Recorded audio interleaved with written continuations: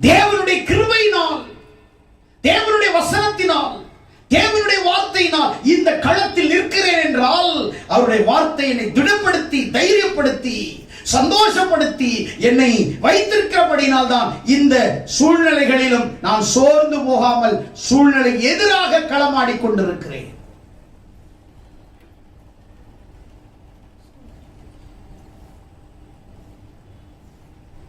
சூழ்நிலைகளை நான் களமாடிக் கொண்டிருக்கிறேன்.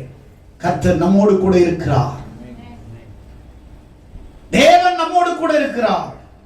God is with us because I am not afraid. பயப்பட தேவையில்லை, கலங்க தேவையில்லை, கண்ணீர் வடிக்க தேவையில்லை. தாவீதுக்கு அப்படிதான். நகரம் சுட்டெரிச்சிருச்சு, அனைத்து பிள்ளைங்க போயிட்டாங்க, சிறையாக கொண்டு போயிட்டாங்க.